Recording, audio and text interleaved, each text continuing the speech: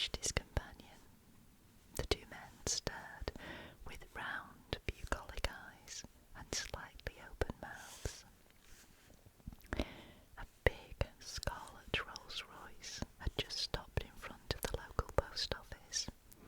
A girl jumped out, a girl without a hat and wearing a frock that looked, but only looked, simple. A girl with golden hair and straight, autocratic features, a girl with a lovely shape, a girl such as was seldom seen in molten underwood. With a quick, imperative step, she passed into the post office. "That's her," said Mr. Burnaby again, and he went on in a low, awed voice. "Millions she's got, going to spend thousands on the place. Swimming pools there's going to be, and Italian gardens and a ballroom, and half of the house pulled down and rebuilt. She'll bring money into the town," said his friend. He was a lean, seedy-looking man. His tone was envious and grudging.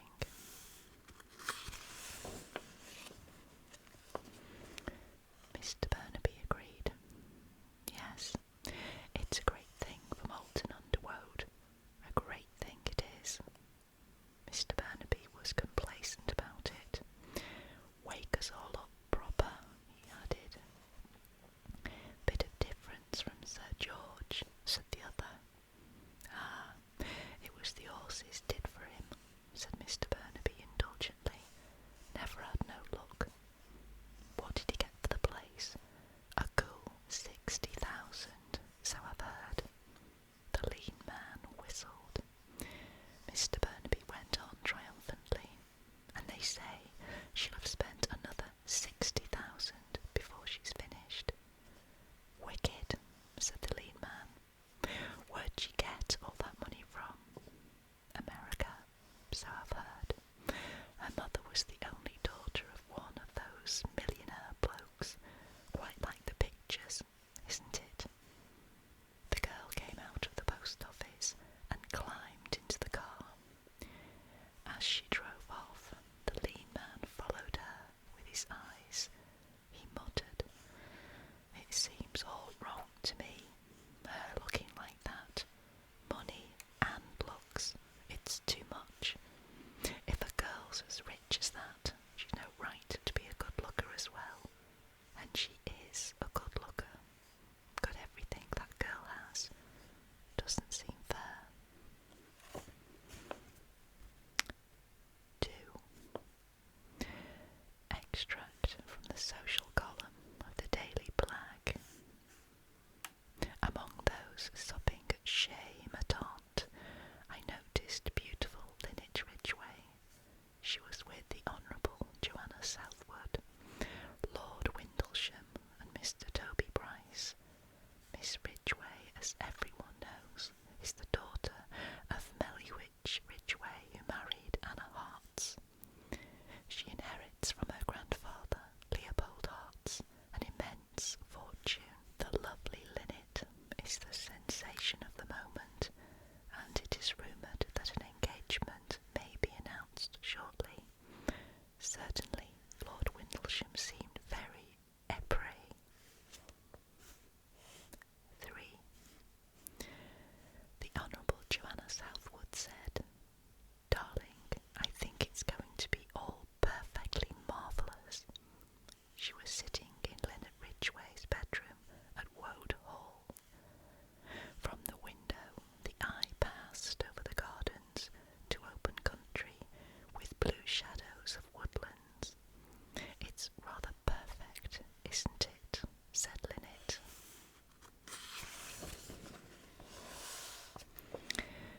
She leaned her arms on the windowsill. Her face was eager, alive, dynamic. Beside her, Joanna Southwood seemed somehow a little dim, a tall, thin young woman of 27 with a long, clever face and freakishly plucked eyebrows. "And you've done so much in the time. Did you have lots of architects and things?"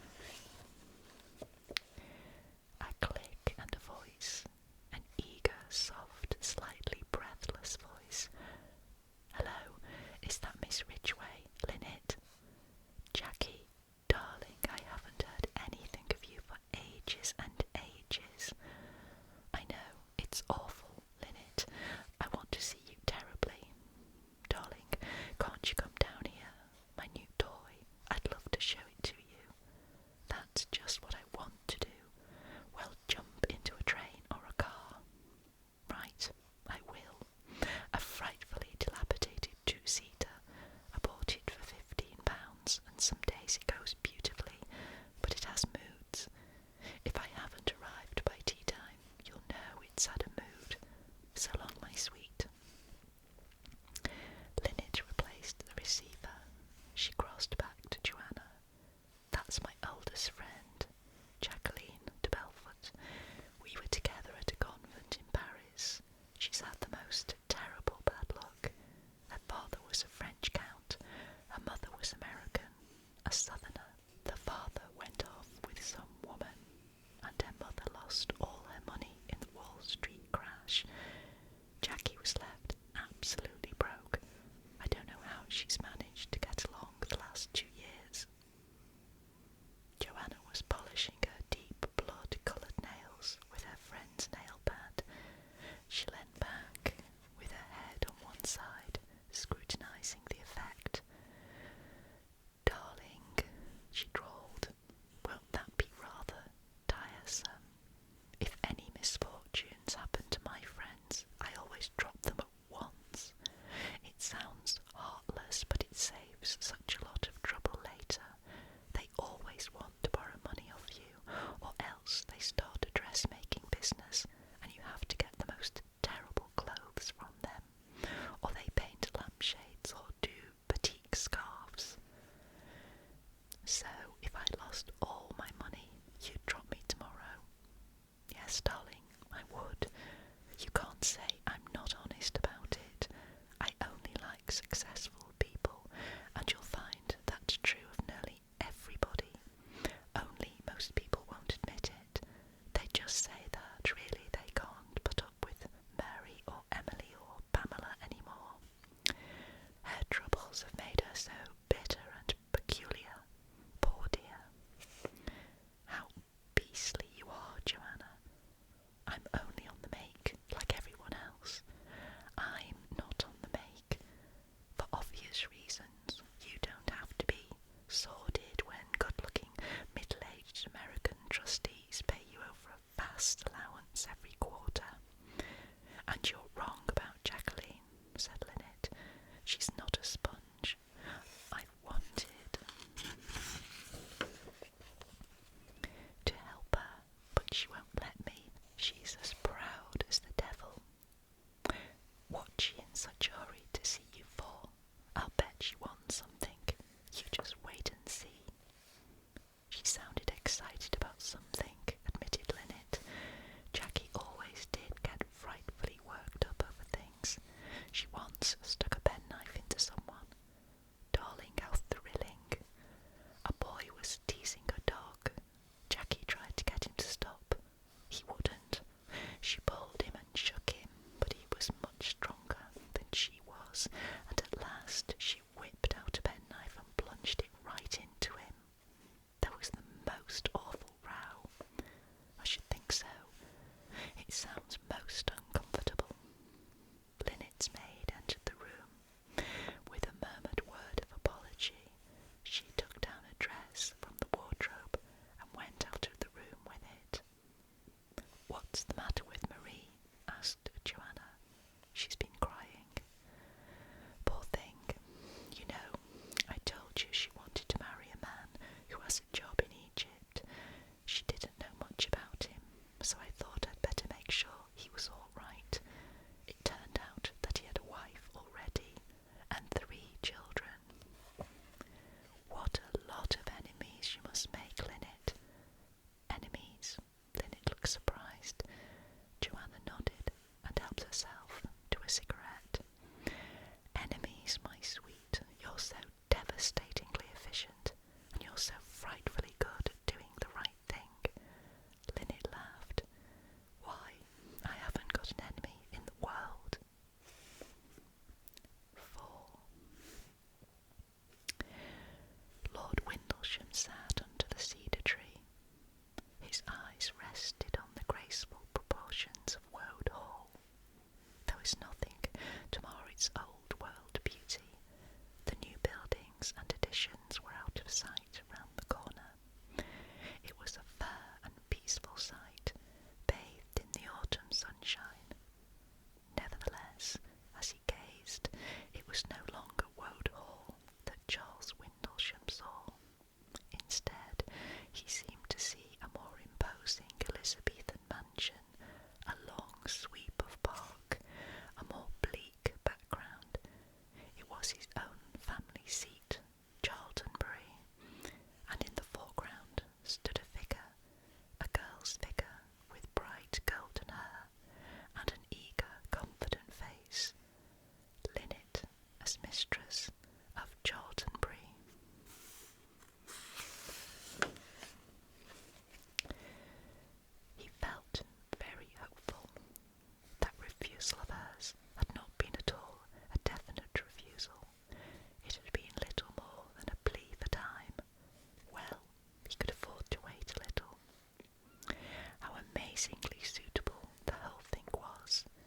was certainly advisable that he should marry money, but not such a matter of necessity that he could regard himself as forced to put his own feelings on one side.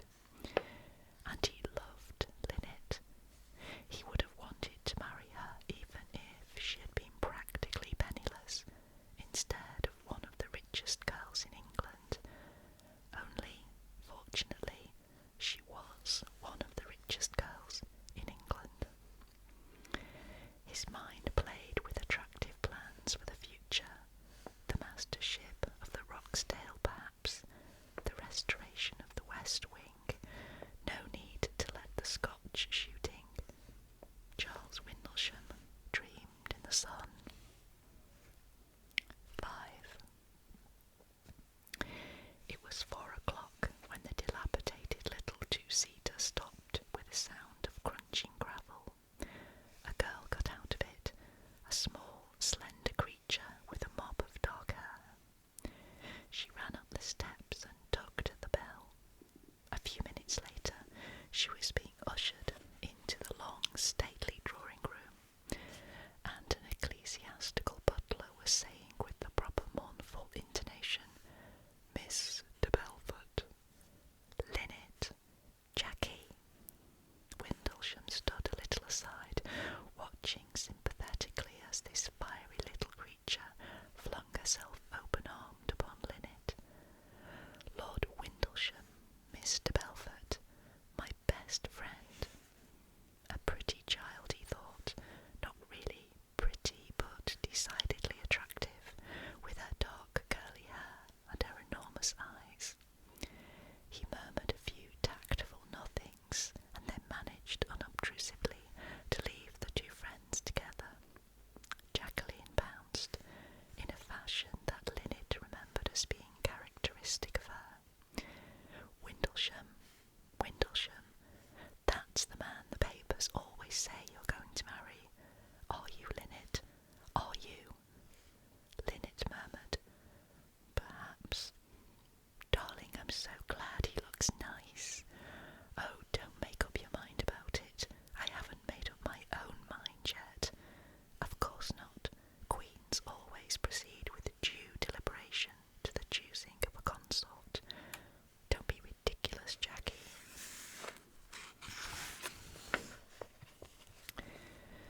"But you are a queen, Lynette. You always were. Sa Majesté, la Reine Lynette, Lynette, la Blonde. And I'm the Queen's confidant, the trusted maid of honour." "What nonsense you talk, Jackie, darling. Where have you been all this time? You just disappear, and you never write. I hate writing letters. Where have I been? Oh, about 3 parts submerged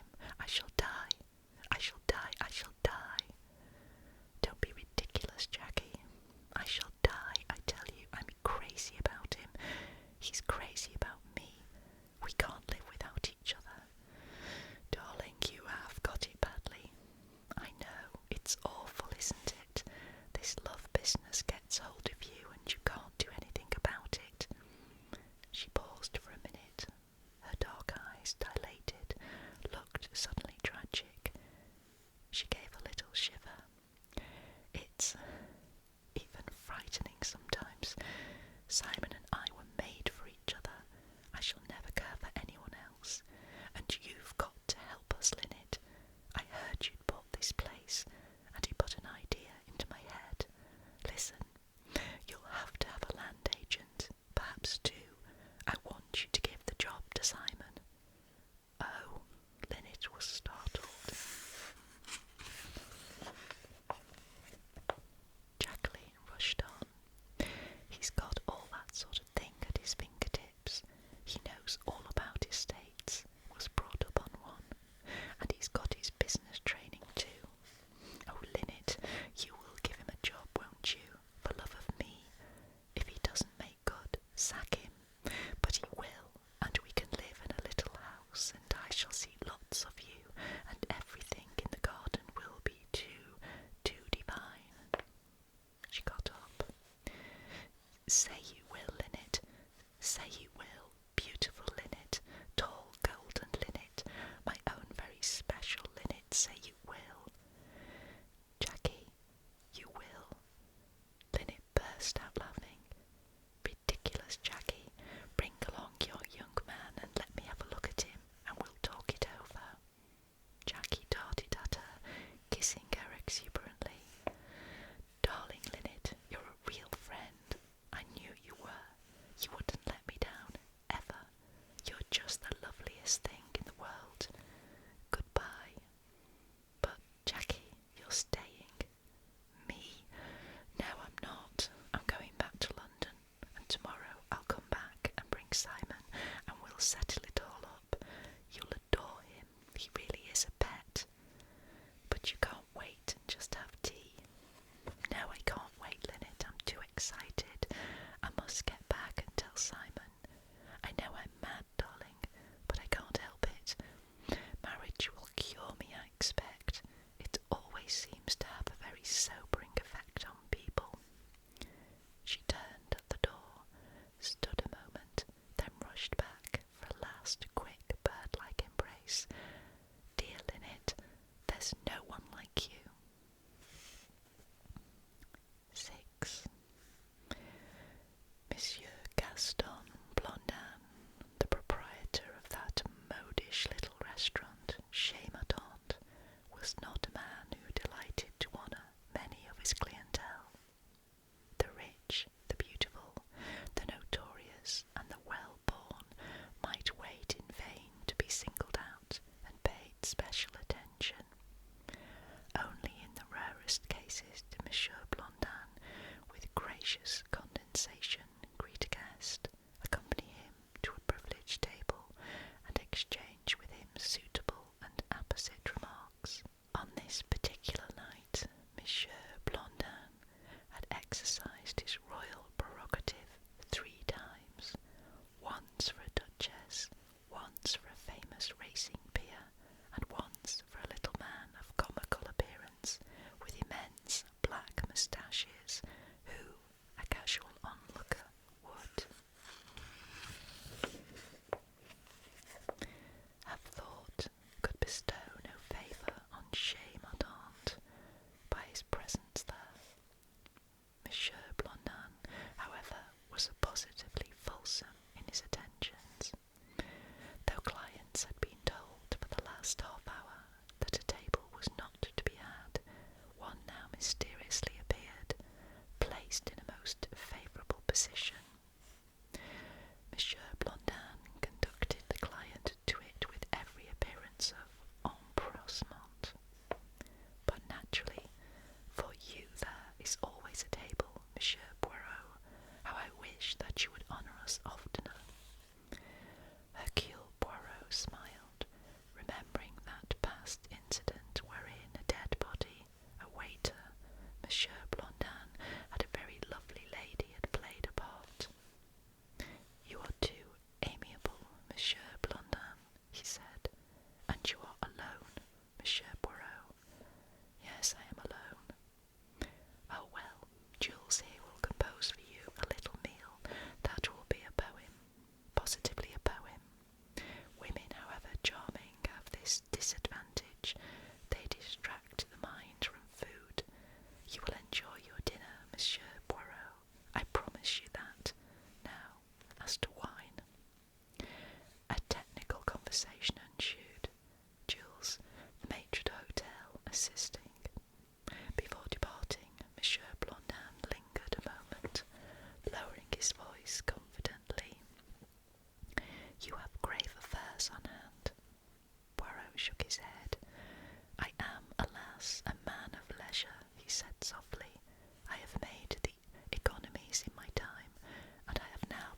chance to enjoy the life of idleness.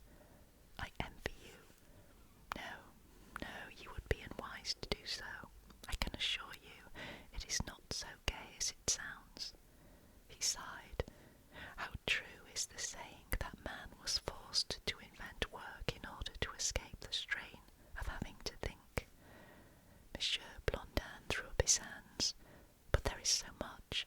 There is travel. Yes, there is travel. Already I have not done so badly. This winter I shall visit Egypt, I think. The climate, they say, is superb. One will escape from the fogs, the greyness, the monotony of the constantly falling rain. Ah, Egypt, breathed Monsieur Blondin. One can even voyage there now, I believe, by train, escaping all sea travel, except the Channel. Ah, the sea, it does not agree with you. Hercule Poirot shook his head and shuddered slightly. I too, said Monsieur Blondin with sympathy, curious the effect it has upon the stomach, but only upon certain stomachs. There are people on whom the motion makes no impression whatsoever. They actually enjoy it. An unfairness of the good God, said Monsieur Blondin. He shook his head sadly, and brooding on the impious thought, withdrew. Smooth-footed, deft-handed waiters ministered to the table. Toast melba, butter, an ice pail, all the adjuncts to a meal of quality. The orchestra broke into an ecstasy of strange discordant noises. London danced. Hercule Poirot looked on, registered impressions in his neat, orderly mind. How bored and weary most of the faces were. Some of those stout men, however, were enjoying themselves, whereas a patient endurance seemed to be the sentiment exhibited on their partners' faces. The fat woman in purple was looking radiant. Undoubtedly the fat had certain compensations in life, assessed a gusto, denied to those of more fashionable contours. A good sprinkling of young people, some vacant-looking, some bored, some definitely unhappy. How absurd to call youth the time of happiness, youth the time of greatest vulnerability. His glance softened as it rested on one particular couple, a well-matched pair, tall, broad-shouldered man,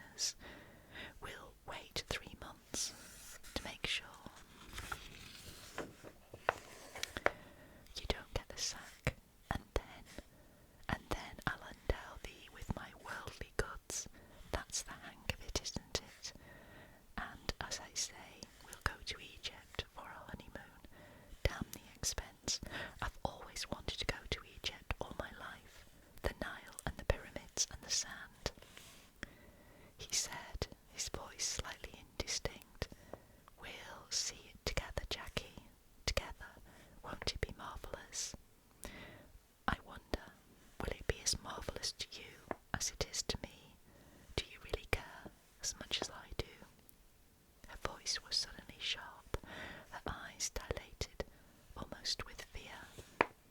The man's answer came quickly, crisp. "Don't be absurd, Jackie." But the girl repeated, "I wonder." Then she shrugged her shoulders. "Let's dance," Hercule Poirot murmured to himself. "Yes, I wonder too."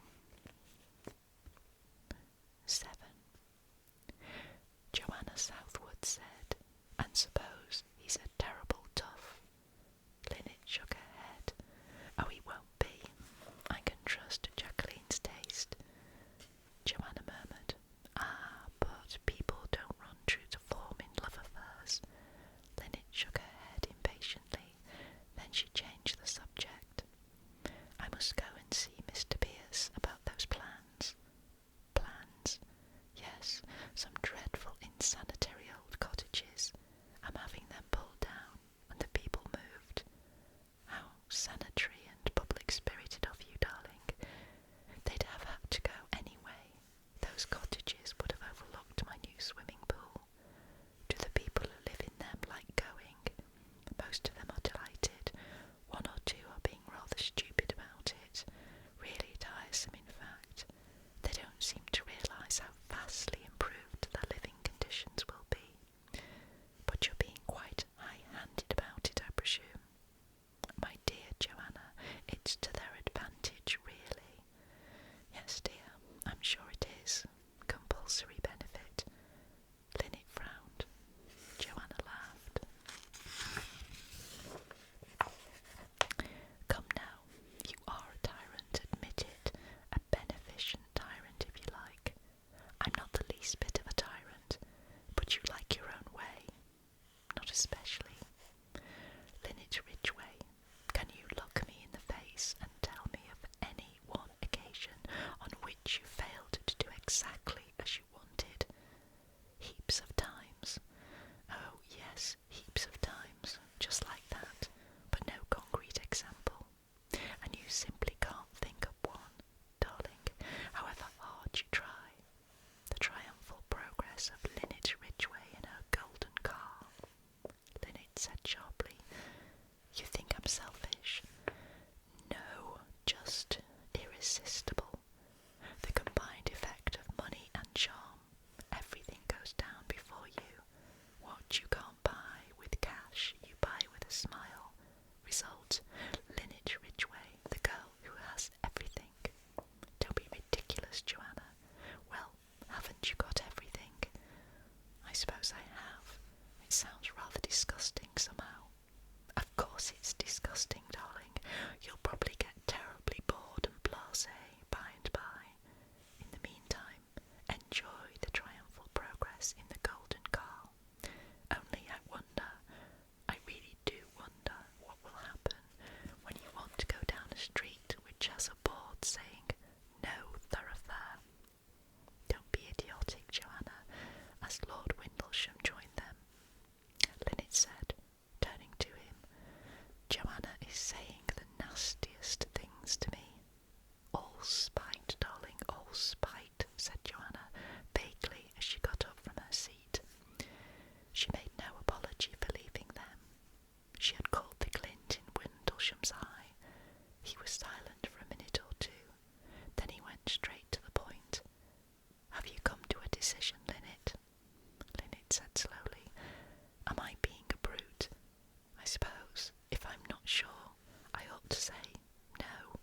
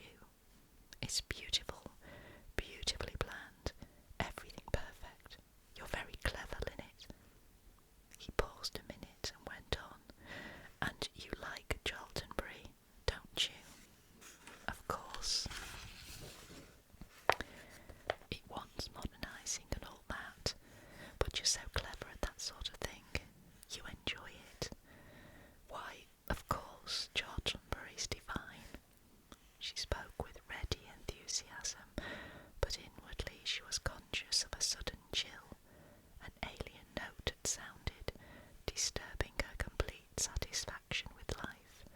She did not analyse the feeling at the moment, but later, when Windlesham had left her, she tried to probe the recesses of her mind. Charltonbury. Yes, that was it. She had resented the mention of Charltonbury. But why? Charltonbury was modestly famous. Windlesham's ancestors had held it since the time of Elizabeth. To be mistress of Charltonbury was a position unsurpassed in society. Windlesham was one of the most desirable peers in England. Naturally, he couldn't take Woad seriously. It was not in any way to be compared with Charltonbury. But Woad was hers. She had seen it, acquired it, rebuilt and redressed it, lavished money on it. It was her own possession, her kingdom. But in a sense it wouldn't count if she married Windlesham. What would they want with two country places? And of the two, naturally Woad Hall would be the one to be given up. She, Linnet Ridgway, wouldn't exist any longer. She would be Countess of Windlesham, bringing a fine dowry to Charltonbury and its master. She would be Queen Consort, not Queen any longer. "I'm being ridiculous," said Linnet to herself, but it was curious how she did hate the idea of abandoning Woad, and wasn't there something else nagging at her? Jackie's voice, with that queer, blurred note in it, saying, "I shall die if I can't marry him. I shall die. I shall die." So positive, so earnest. Did she, Linnet, feel like that about Windlesham? Assuredly she didn't. Perhaps she could never feel like that about anyone. It must be rather wonderful to feel like that. The sound of a car came through the open window. Linnet shook herself impatiently. That must be Jackie and her young man. She'd go out to meet them. She was standing in the open doorway as Jacqueline and Simon Doyle got out of the car. "Linnet!" Jackie ran to her. "This is Simon. Simon, here's Linnet. She's just the most wonderful person in the world." Linnet saw a tall, broad-shouldered young man with very dark blue eyes, crisply curling brown hair, a square chin, and a boyish, appealing, simple smile. She stretched